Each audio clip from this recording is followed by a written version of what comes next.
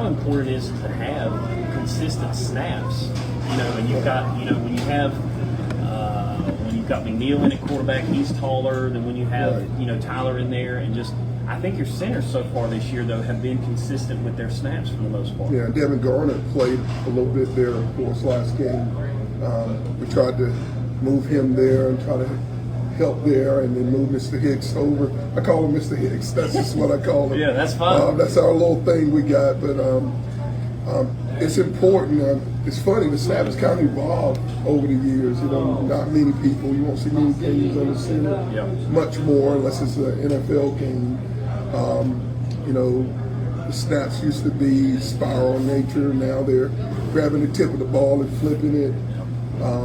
So there's some nuance there. You just try to be consistent around quarterbacks, and we've got several different quarterbacks. Got one that's 6'3", one that's 6'1", and then you got one that's 5'4". Yeah. So.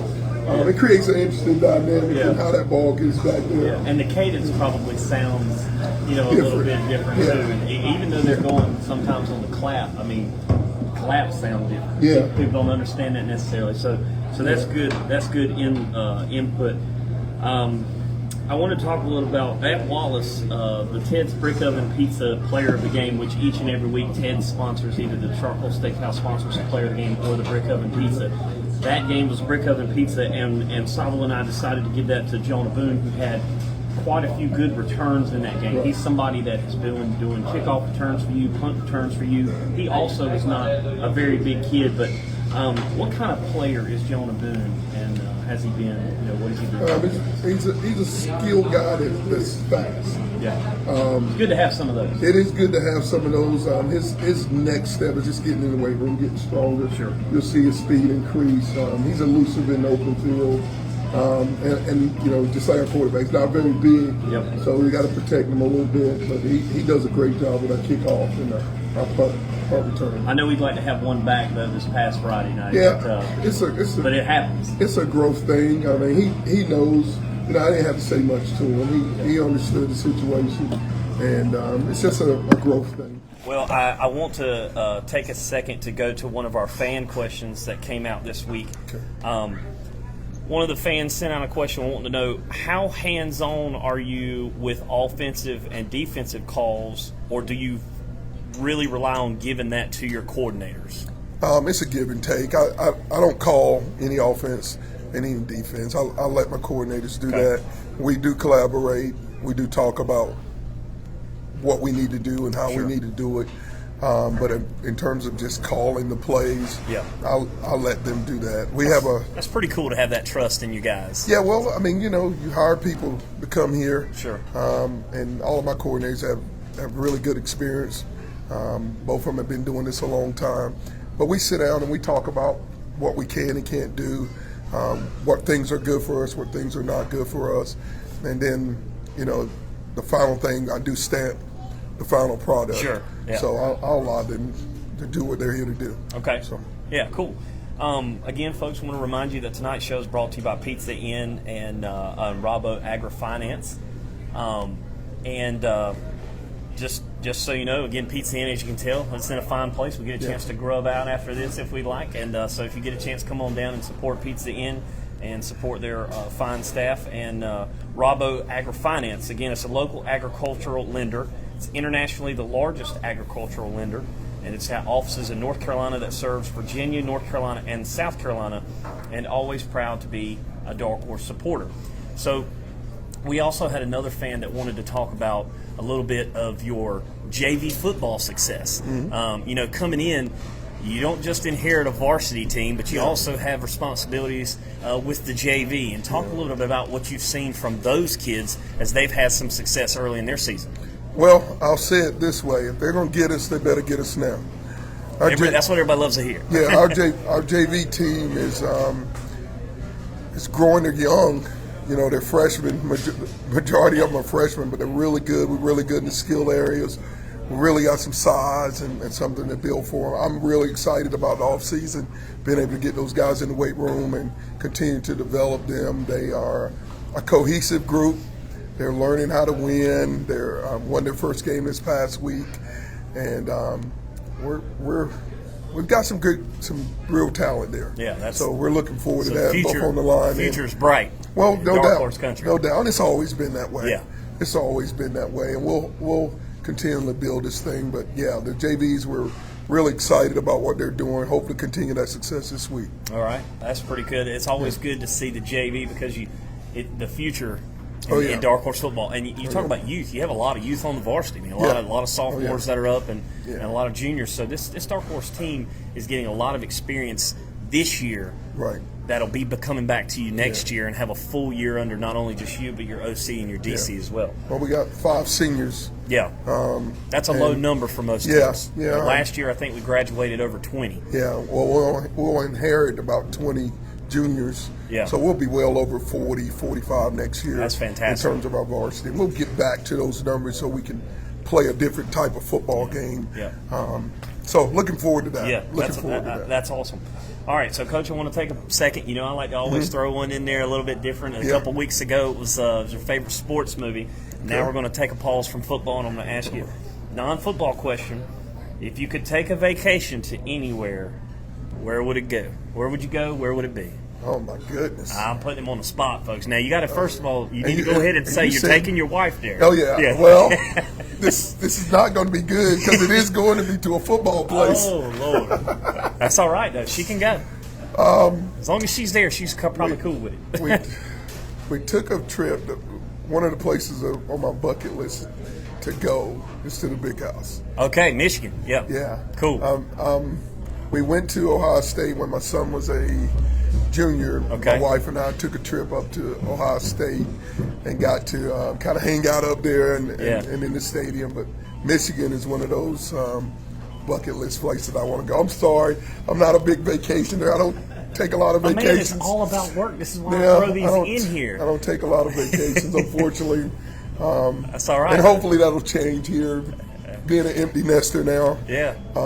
But definitely Michigan is a bucket list. You just have to go pick a game. You know, there was 110,000 strong in there against Texas. Didn't go the way they wanted it to go, but it was a sight to see. And at 12 o'clock, you know, to get 110,000 into that place at 12 o'clock. Never been to Michigan myself. That would be a cool place to go check out a game. So hopefully I get a chance to check that out. That's a cool answer, though. But it's something you would expect a football coach to say, right? It's like football is going to follow football. Okay, so moving on. Let's talk about this past Friday. Dark Horses come in. They're obviously struggling a little bit. They have probably the best first half they've had all year long. Yeah. And just a couple of miscues that didn't go their way. And then it just felt like the guys just got tired. They just got tired and worn down. But talk a little bit about that game and what you saw from those guys. Well, you see the progress that we've been talking about. We've had 2 great weeks of practice, and this is the varsity and the JVs. Yeah. We've had 2 great weeks of practice. JV won their first game last week, and the varsity played our tails off the first half. Yeah.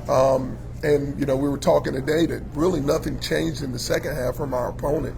We just got worn down and lost some confidence, and stuff just snowballed on us. You know, we were looked like we were going to have 7-0, down 7-0, and then we had the muff punt, and just couldn't recover from that. Yeah. I really thought Salvo and I were in the booth, and we were really proud at how hard the kids fought. And you know, and again, we talked about it in pregame. It's easy for people to get hung up on, you know, the scores from the games and the wins and the losses. But to your point as to what you said, they're not standing on the sidelines seeing the grind that the kids are going through, the progress they're making from week to week. Yeah. And we could see it up in just from to your point, from game 1 to game 2 to game 3, just getting better slowly and surely. And I always tell the kids, you know, I've never questioned their effort. This is not an effort thing. Our kids play really hard. It has nothing to do with their effort. Yeah. So in all we do, we never question who they are with their effort. It's just being able to be consistent with our execution, doing the boring things over and over and over again. And as soon as we get there, we're hoping to take another step where we can play a half and a quarter. Yeah. You know, we'd love to play 2 halves of football and keep ourselves in the game. But looking forward to that. I'm just so proud of them. They work really hard, and we're getting better. So we were talking, Stobble and I, about the Ted Charcoal Steakhouse Player of the Game for this past Friday, and we wanted to give it to a player whose name came up a bunch. Felt like he was all over the field on defense, and I think you probably know where this was going, but number 34, Barden, was really throwing around some hits out there for you. Talk about that kid, his passion, his energy, and about what you've seen out of him this season, because he's helping that linebacker room, and he really was on a lot of plays for defense. He's helping number 15. He is helping quite 15 a lot. And I know Jaden is excited that he's got someone there to kind of help him with that job. You know, I was talking to both of them today. Nick is he's pretty quiet. If I can get those guys to wrap up, I mean, we'd be doing a great job. Yeah. Now they'll bring in, both of them will hit you.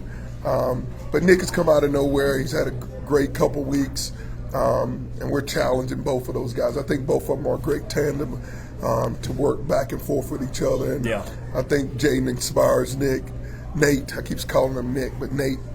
I think Jaden inspires him to continue to grind and keep getting better. And now they both are working hand in hand. And another testament to that youth, you'll have both of them back next year again. So they're getting some very good experience. Folks, we want to thank you again for joining in. Tonight's Coaches Show is brought to you again by Pizza Inn and Rabo Agri Finance. It's a local agricultural leader, internationally the largest agricultural leader, with offices in North Carolina that serve Virginia, North Carolina, and South Carolina.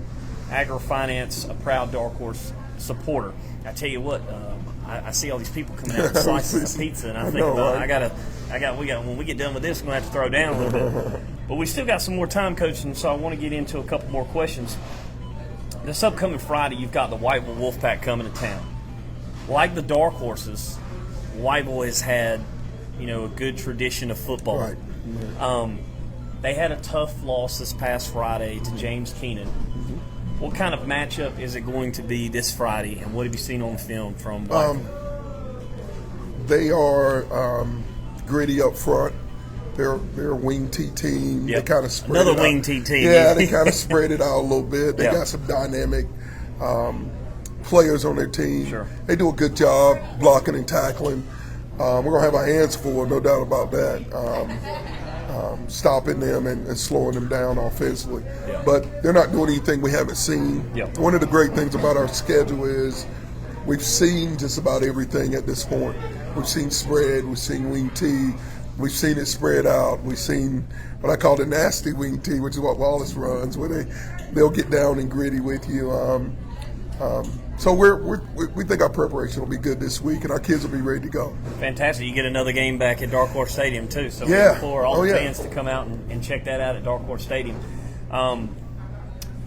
This leads me to to a question. It wasn't my next question, but this would be a good segue. You guys have had a tough non-conference schedule, and you've got two more tough non-conference games. Now, Clinton plays Whiteville at home Friday. They have a bye, and then they're at Princeton.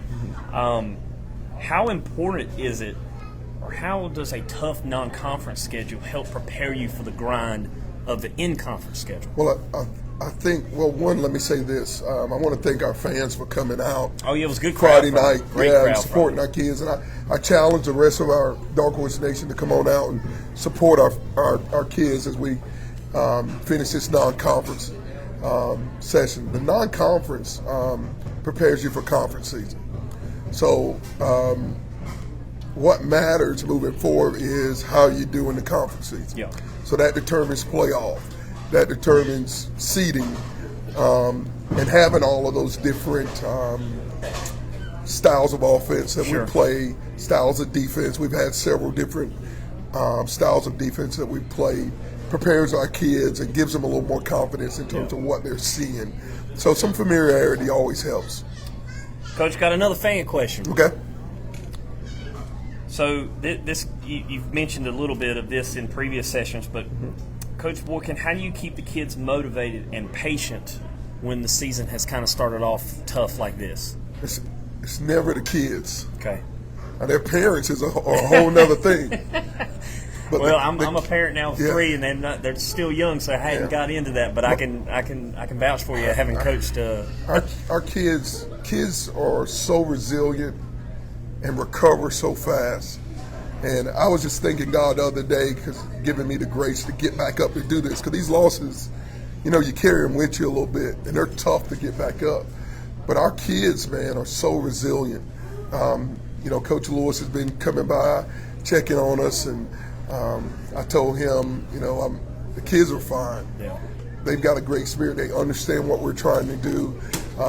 It's just all the noise around them, yeah. That they get when they go home or to a cookout and all those things. So our kids play hard, and come see them play and watch how energetic they are and how fast and hard they play. You'll understand what I speak of. So this is a question that I had specifically, and I'm kind of anxious to hear how that goes, is how are team captains chosen before each game? Is that something that you and the coaches decide, or is it something the players decide amongst themselves? The players get one vote. Okay. The coaches get one vote, and then I get a vote. Okay. And then we have game captains. So that's traditionally how it works. We only had 2 captains this year. Okay. Devon Gardner and Williams. Yep, Jaden. Yep. Jaden Williams. Yep. Those are the 2 captains, and then we'll have a game captain like we did last week. Cool. Mr. Hicks is probably Hicks. That's what I call him. I know, but that's totally fine. But that's just fun. He is he represents what Dark Horse football is about. Fantastic. He's undersized. He's a grinder. He's the leader of that offensive line, and he knows every position up there. So he was voted as a game captain last week. So that's how we choose him. So, Coach, I just got a couple more questions to you before we wrap up tonight's Coach's Show. Again, brought to you by Pizza Inn and Rabbit Agri-Finance. Friday night, things can get emotional. Friday nights, all the kids are fired up. Yeah. How do you try to harness that energy so that we try to keep our cool? Things get frustrating, things like that. We saw the kids just get fired up, and unfortunate things tend to happen. But you love to see the fire out of the kids and the angst, the anxiety and everything, the anxiousness to play and to be fired up, and you love to see the passion. But how do you harness that and make sure that we don't get those crazy? That is an area that we definitely need to grow in, and an area we got to do a better job coaching in. The emotional ups and downs of this game are so drastic at times. You could be up 1 minute and the bottom fall out the next minute. We have such a young team and not enough voices of leadership on the team that can help guide that. Sure. So when our kids hit bottom, it's bottom. When they're excited and it hits top, it's that. Yeah. So trying to stay in the middle and guide them and keep them in the middle is a tough thing to do. And we're learning how to do that with this group. We talk about it, but it is a dynamic thing, and every coach faces that. The more experienced guys, more experienced teams know how to handle that a little better. Yeah.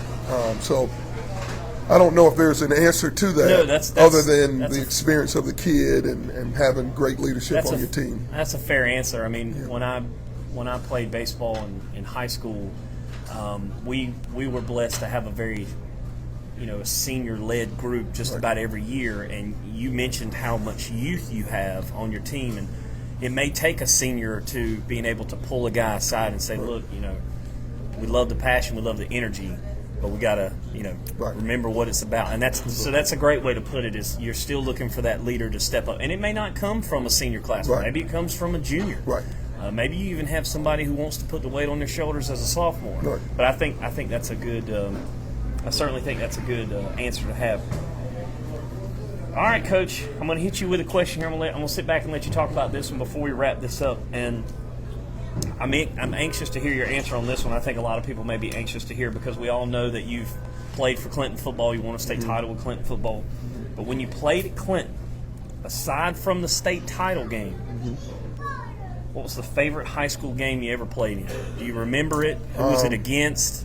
Well, probably two. Okay. Farmville Central. Okay. I think we played them. They had, cannot remember all the guys, but they had a left-handed quarterback who went on and played. I think he played at ECU as a DB.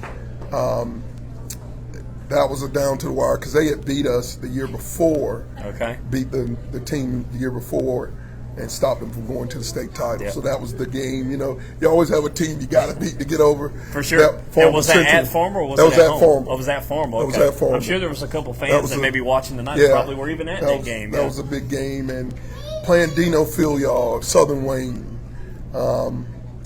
Not football. I remember him in football, but I remember more in baseball.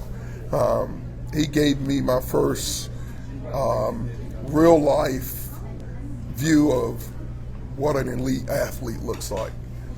I mean, he would hit the ball to shortstop, and you couldn't catch it and throw it to first. He was just that fast. Yeah, he ended up going to Oregon. Oh, wow. And he was an amazing baseball player, an amazing football player.